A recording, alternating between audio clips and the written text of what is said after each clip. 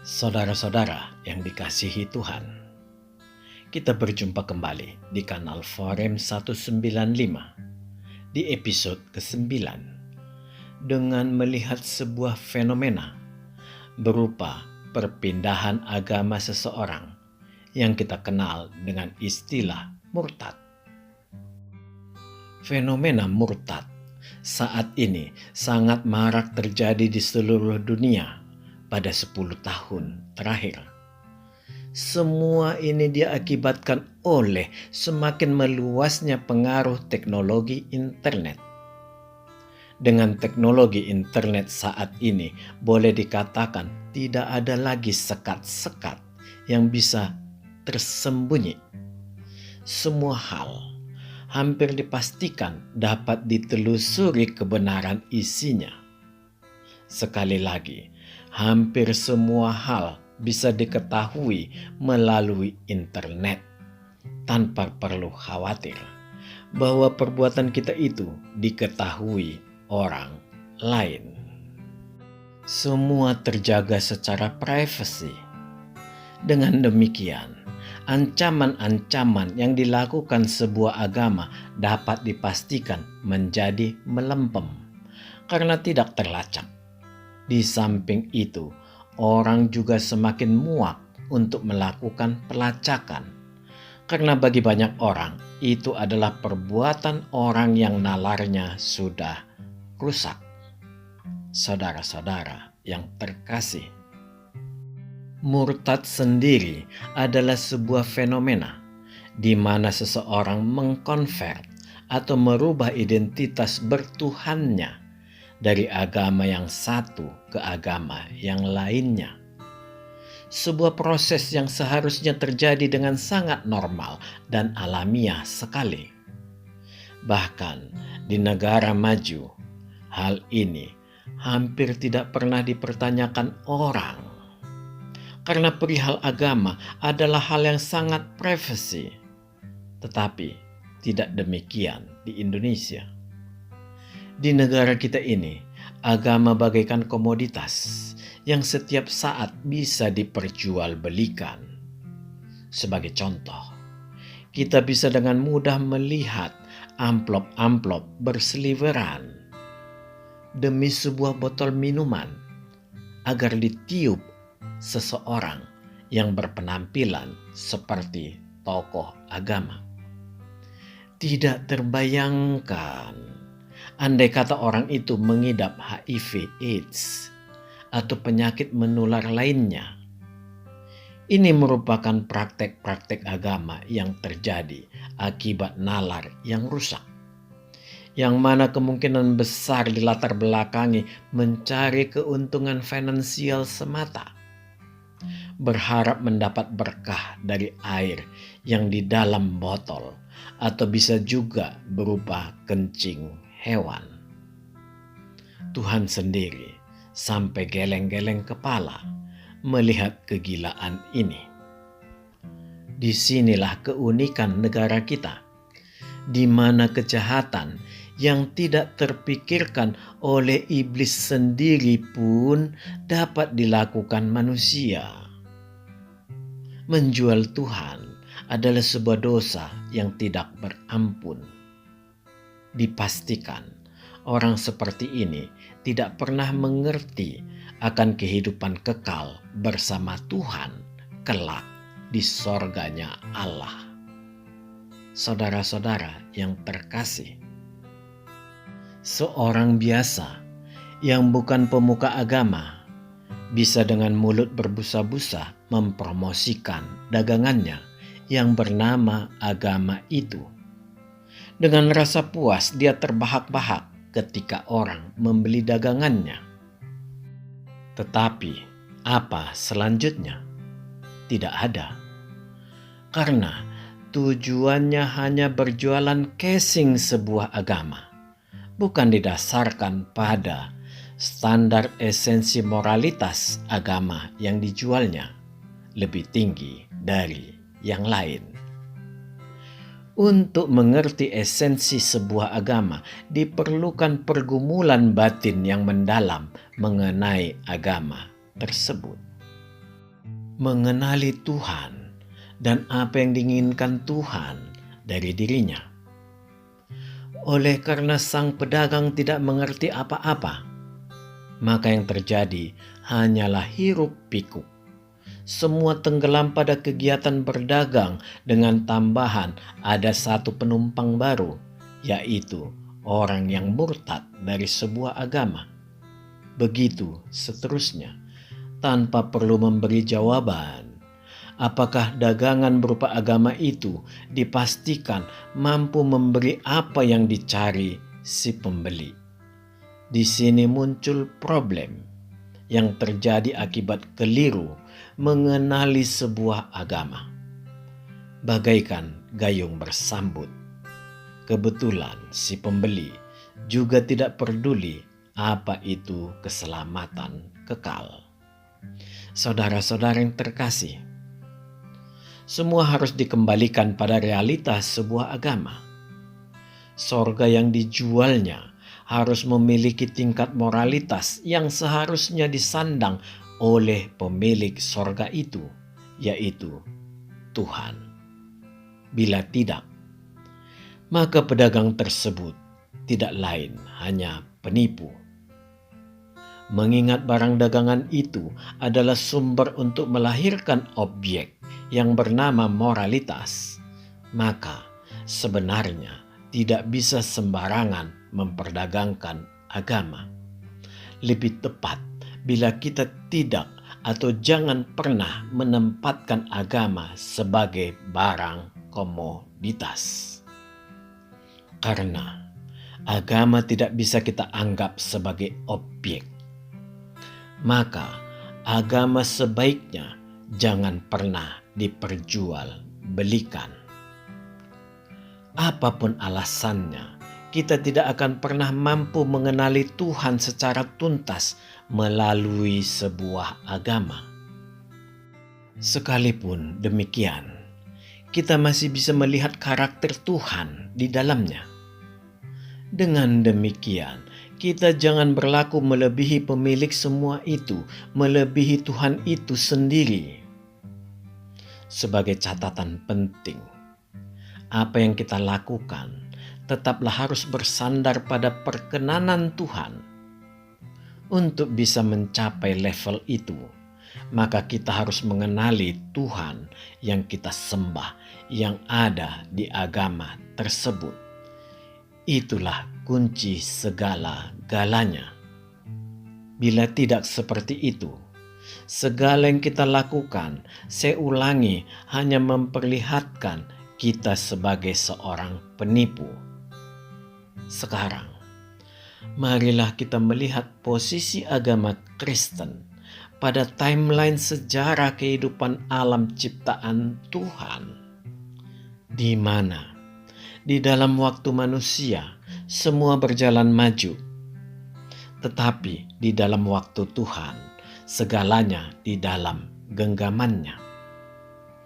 Saudara-saudara yang terkasih, agama Samawi, yaitu Samaria, Yahudi, dan Kristen, memiliki sebuah benang merah yang sangat nyata. Semua saling bertautan dan saling mengikat. Intinya adalah tentang karya Allah Yahweh dan janji akan kedatangan juru selamat, serta kehidupan kekal setelah kematian menjemput kita. Di awal timeline sejarahnya, semua bisa kita ketahui dari kitab Taurat. Keberadaan kitab Taurat yang dipercaya ditulis oleh Musa mengisahkan dengan terang benderang dan berurutan bagaimana Allah menciptakan seluruh alam semesta selama 6 hari. Semua memiliki urutan penciptaan yang sangat sempurna. Saudara dapat melihat link urutan penciptaan alam semesta ini di kolom deskripsi. Kitab Taurat merupakan kumpulan yang terdiri dari 5 buah kitab, yaitu Kejadian, Keluaran, Imamat, Bilangan, dan Ulangan. Kitab ini diperkirakan ditulis Musa dimulai sejak dia masih sebagai bangsawan tinggi di Mesir, berkisar 3.200 tahun yang lalu. Angka ini kita keluarkan berdasarkan Saul naik tahta menjadi raja pertama bangsa Israel, berkisar tahun 1117 sebelum Masehi. Dia ditahbiskan oleh hakim terakhir dan sekaligus nabi pertama di urutan nabi Israel, yaitu Samuel. Berurutan, tahta beralih ke Daud dan Salomo, yang mana ketiga raja ini masing-masing memimpin selama 40 tahun. Saudara bisa membayangkannya.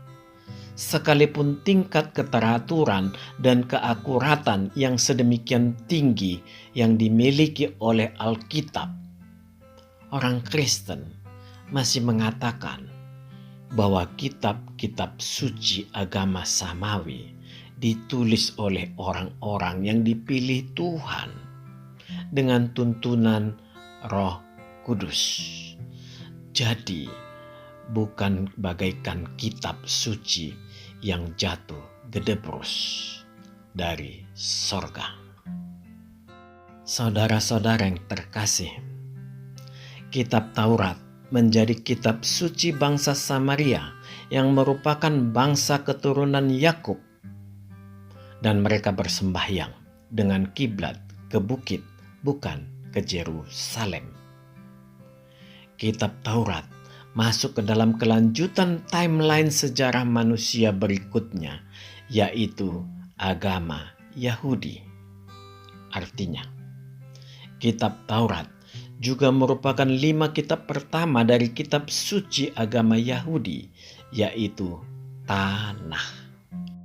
Secara progresif, timeline sejarah manusia terus berlanjut, dan Tanakh Yahudi berinterseksi dengan kitab suci agama Kristen, yaitu Alkitab, yang terdiri dari 2 bagian besar, yaitu Perjanjian Lama dan Perjanjian Baru.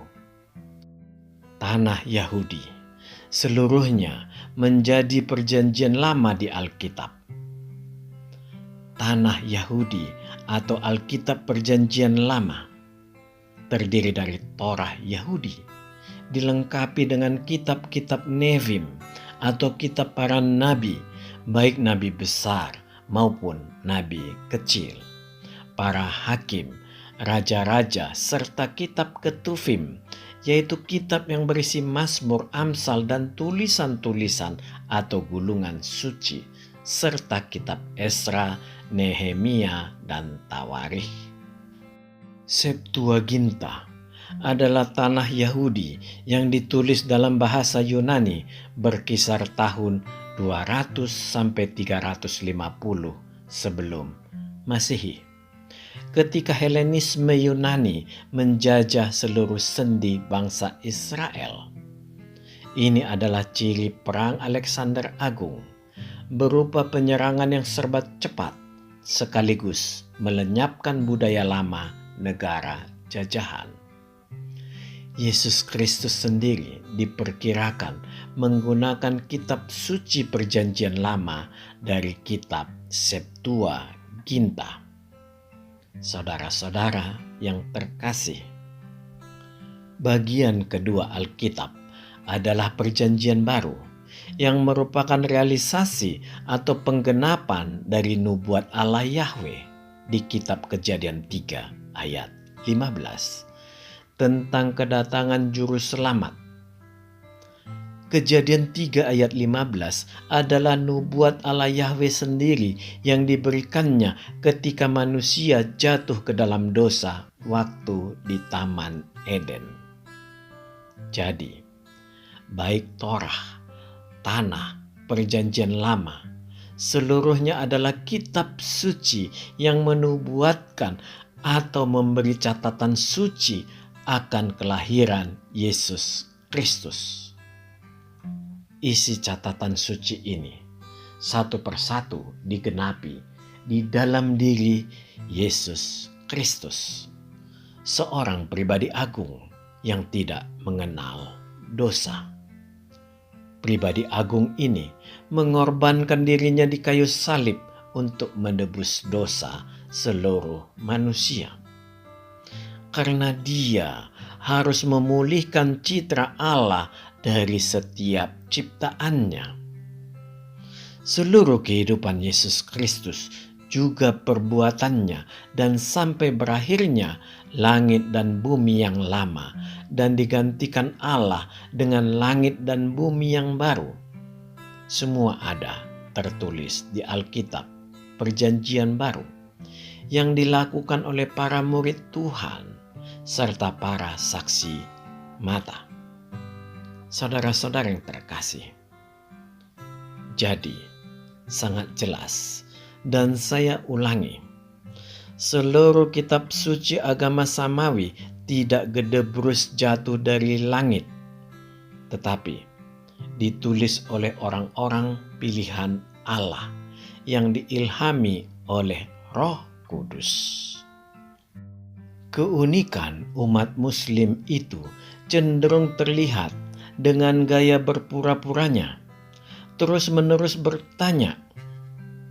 Sikap pura-pura bodoh inilah yang disebut Yesus Kristus dengan kedegilan. Artinya, sulit diajar. Karena itu, dikatakan bagaikan keledai liar. Sekalipun orang Kristen sudah menjawab bahwa Yesus Kristus tidak pernah menurunkan Injil. Karena Injil itu sendiri adalah kisah tentang Yesus Kristus itu sendiri selama dia di dunia. Sedangkan dari Perjanjian Lama adalah nubuatan tentang Yesus Kristus akan kedatangannya. Dan juga Yesus Kristus tidak pernah menurunkan agama Kristen. Karena Kristen itu artinya hanyalah pengikut Kristus. Semua itu tidak ada gunanya.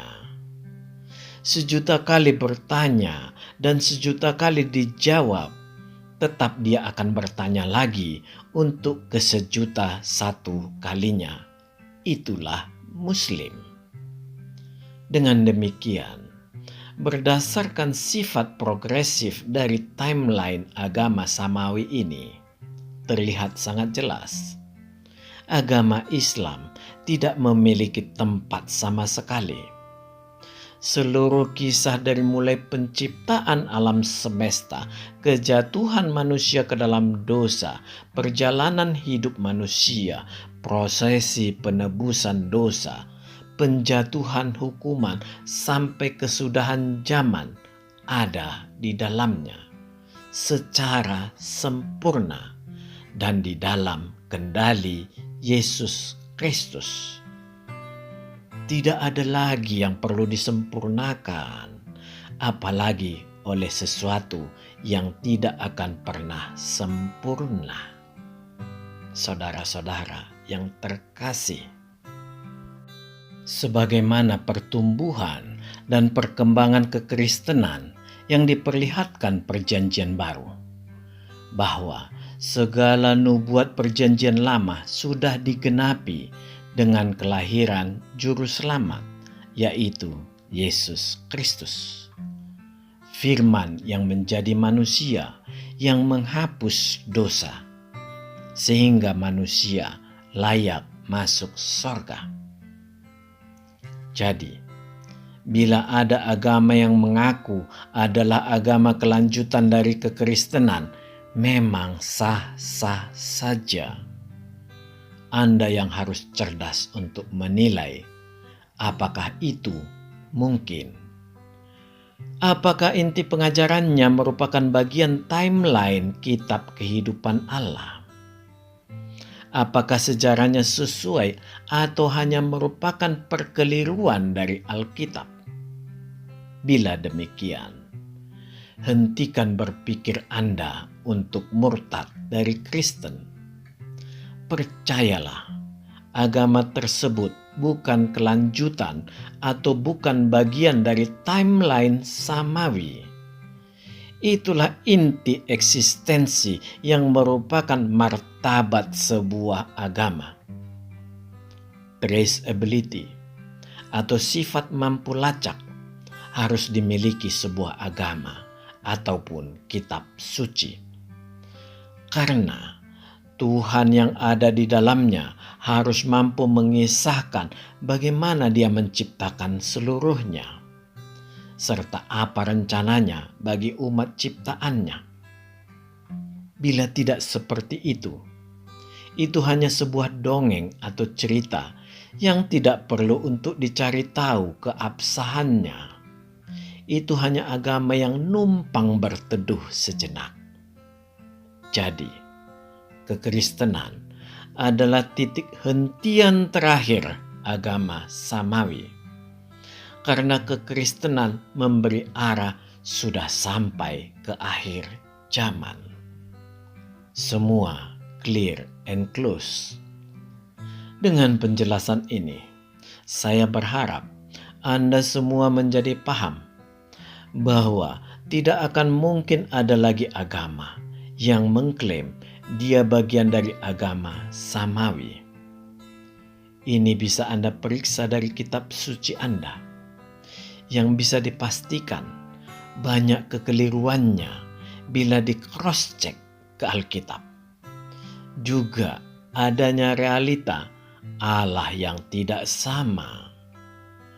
Tentunya kekeliruan kitab suci Anda dibandingkan kitab suci agama samawi tidak bisa Anda pakai sebagai senjata untuk mengatakan Alkitab itu palsu. Saudara-saudara yang dikasihi Tuhan, hal terakhir, Alkitab bersaksi. Bila ada nabi atau Allah lain yang berbeda dengan yang dipersaksikan Alkitab, itu adalah nabi dan Allah palsu dari ajaran-ajaran sesat. Mengapa seperti itu? Alkitab bersaksi bahwa Yohanes Pembaptis adalah nabi terakhir, baik dari mulai awal pra-kenabian sampai ke urutan nabi-nabi Israel yang dimulai oleh Samuel. Sebagai catatan, sebaiknya jangan memasukkan Yesus Kristus pada jabatan-jabatan yang diemban manusia sebagai nabi, imam, dan raja. Karena jabatan-jabatan tersebut hanya bisa dikomparasikan antar sesama manusia dan tidak mungkin mengkomparasikan apa yang dilakukan Yesus Kristus dengan manusia. Akhir kata, semua kembali ke Anda. Apakah Anda tetap hendak murtad atau tidak? Karena Yesus Kristus tidak pernah memaksakan kehendak. Dia hanya memberi pilihan, dan pilihan itu bebas bagi manusia. Kekristenan sendiri tidak menganut takdir. Karena Tuhan itu sangat fair. Tidak mungkin Dia menerapkan takdir bagi manusia. Bila manusia jatuh ke dalam dosa, apakah itu juga takdir? Lalu manusia dihukum atas dosa yang dilakukannya. Padahal itu sudah ditakdirkan, harus dia lakukan. Lalu Tuhan datang sebagai superhero untuk menyelamatkan manusia yang jatuh ke dalam dosa yang terjadi karena takdir. Benar-benar Tuhan yang iseng. Murtad sendiri adalah dosa paling berat karena mendukakan Roh Kudus. Sebagaimana Alkitab bersaksi Dia sudah mendapat penerangan dari Roh Kudus, tetapi dia murtad lagi, sebagaimana kesaksian di Ibrani 6 ayat 4-6. Dia tidak mungkin memperoleh pengampunan karena dia menyalibkan Yesus Kristus kembali dengan kelakuannya dan menghina Kristus di muka umum. Tetapi memang sungguh luar biasa dalam kasih Yesus Kristus ini. Langkahnya tidak terselami. Saya mengamini bahwa Kristus tetap memberi kesempatan sekalipun memang jalan itu sangat sukar untuk dilakukan bagi yang murtad. Tetaplah, apapun itu, bertobat lebih baik daripada seluruh tubuh dan jiwa binasa. Amin. Tuhan memberkati kita. Marilah kita masuk ke saat teduh sejenak.